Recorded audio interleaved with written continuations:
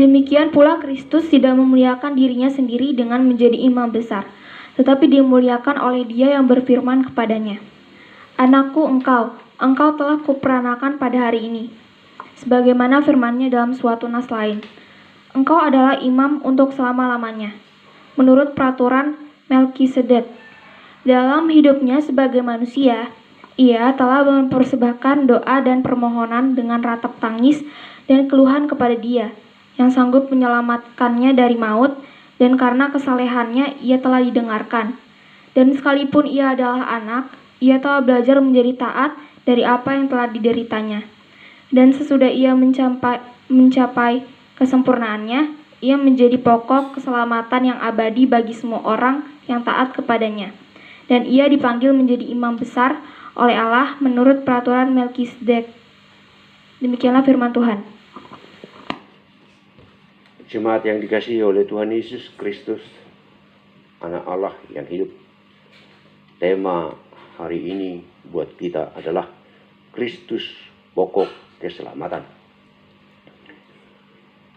Dan sekalipun Ia adalah anak, Ia telah belajar menjadi taat dari apa yang telah dideritanya. Dan sesudah Ia mencapai kesempurnaannya, Ia menjadi pokok keselamatan yang abadi bagi semua orang yang taat kepadanya. Dan Ia dipanggil menjadi imam besar menurut peraturan Melkisedek. Ibrani 5 ayat 8, 9 dan yang 10 yang kita dengarkan yang tadi. Itulah Yesus Kristus, Anak Allah yang hidup, yang menjadi juru selamat manusia, yang telah membentangkan semua jalan kesempurnaan dan perantara untuk kita manusia dengan Allah Bapa yang telah lama terputus karena dosa-dosa kita. Yesus rela merendahkan dirinya sekaligus memberi teladan buat manusia agar saling mengasihi dan saling melepaskan diri dari belenggu dosa. Jemaat yang dikasihi oleh Yesus Kristus, marilah kita simak bagaimana Tuhan Yesus mengajarkan tentang kekuatan iman percaya kepada murid-muridnya dalam badai topan di Danau Galilea. Ini adalah menjadi barometer iman. Jika api liar terlihat mulai menyala ataupun menjalar, orang pasti segera mencari pemadam kebakaran. Jika tiba-tiba datang hujan deras, orang akan lari mencari payung atau tempat berteduh. Manakala topan badai di Danau Galilea itu menyerbu tentunya para awak kapal, atau saat itu murid-murid Yesus cepat-cepatlah mencari jangkar kapal. Lalu murid-muridnya membangunkan Dia dan berkata kepadanya, "Guru, tidak pedulikah engkau kalau kita binasa?" Markus 4 ayatnya yang 38b. Dari perkataan murid itu jelas sekali kelihatan bahwa mereka sangat cemas dan mulai ketakutan. Mereka segera mencari alat penyelamat, yaitu jangkar kapal. Jangkar adalah suatu alat, bisa terbuat dari batu besar, tetapi biasanya itu adalah dari besi berat yang dijatuhkan ke dasar laut ataupun ke dasar danau agar kapal itu tidak terombang-ambing ataupun kandas di bawah amukan laut. Pertanyaannya ialah, di manakah letak jangkar itu? Tentunya di buritan kapal. Itulah tempat penyimpanannya, penyimpanan daripada jangkar itu sendiri.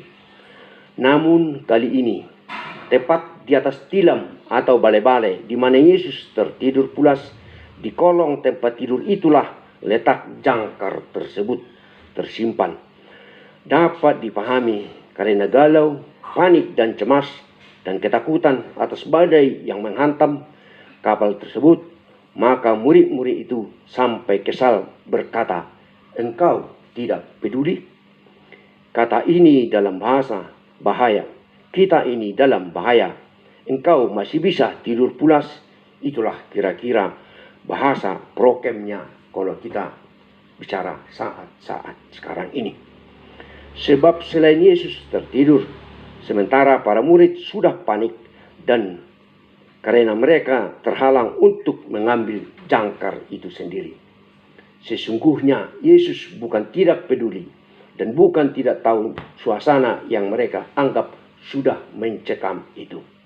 Yesus ingin agar para muridnya beriman kepadanya dan merasa aman berada di dekat Yesus dan bukan mendewakan jangkar yang utama sebagai penyelamat mereka.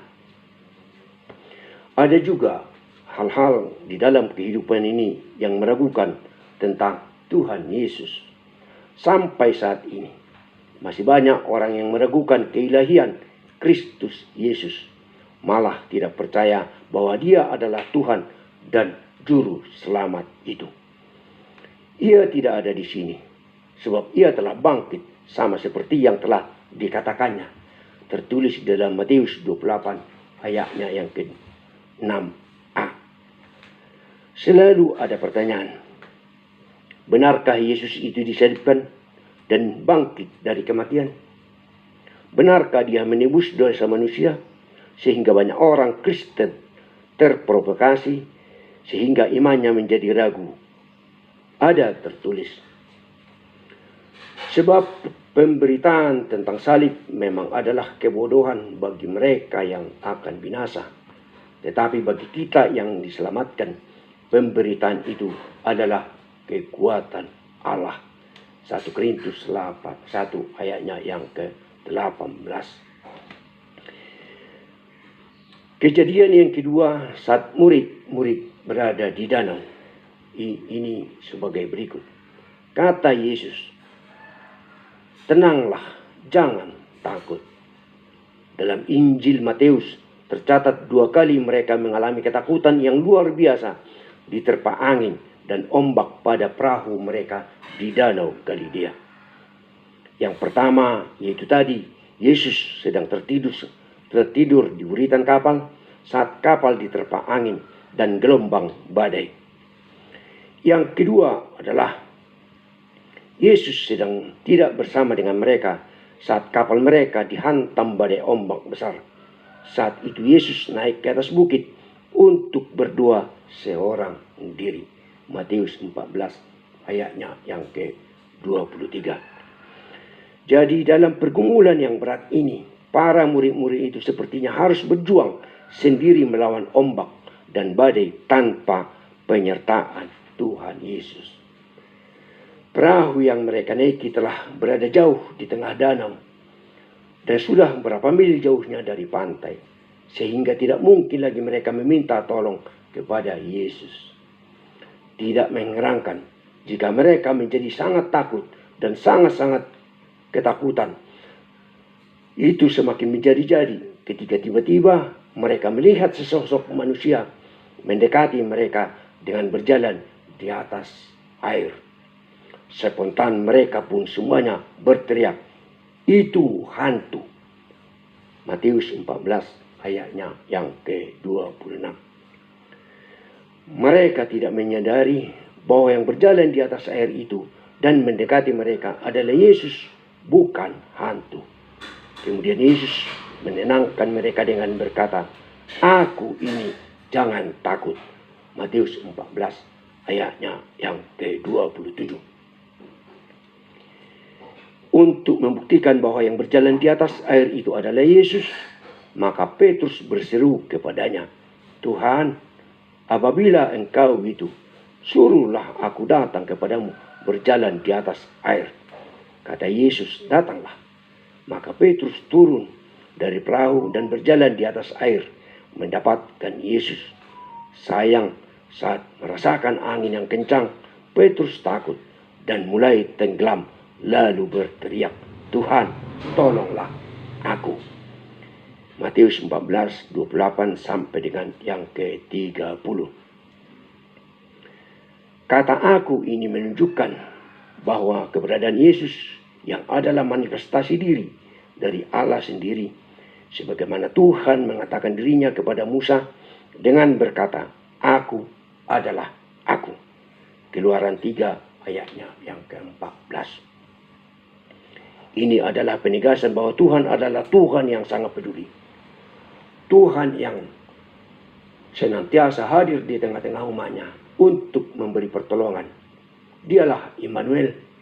Dialah Tuhan yang selalu beserta kita. Bahkan penyertaannya atas kita senantiasa sampai akhir zaman. Matius 28 ayatnya ke-20b. Jemaat yang dikasihi oleh Yesus Kristus. Apa yang bisa kita simpulkan dari renungan kita kali ini adalah yang pertama, percayakanlah diri pada Tuhan dan berserulah kepadanya dikala kita mengalami kesulitan dan bukan mencari dan meminta pertolongan pintas sebagaimana cerita yang tadi murid-murid itu mengandalkan jangkar. Yang kedua, percayalah bahwa Yesus telah menebus dosa-dosa kita dengan kematiannya di kayu salib serta kebangkitannya dari kubur yang telah menjamin keselamatan kita hingga akhir zaman. Yang ketiga, sekalipun pertolongan itu kita anggap agak lama karena Yesus tidak bersama kita saat itu, sebagaimana yang dialami murid-muridnya ketika Yesus berjalan di atas air. Namun percayalah, pertolongan Yesus tidak pernah terlambat. Amin. Demikianlah renungan kita hari ini.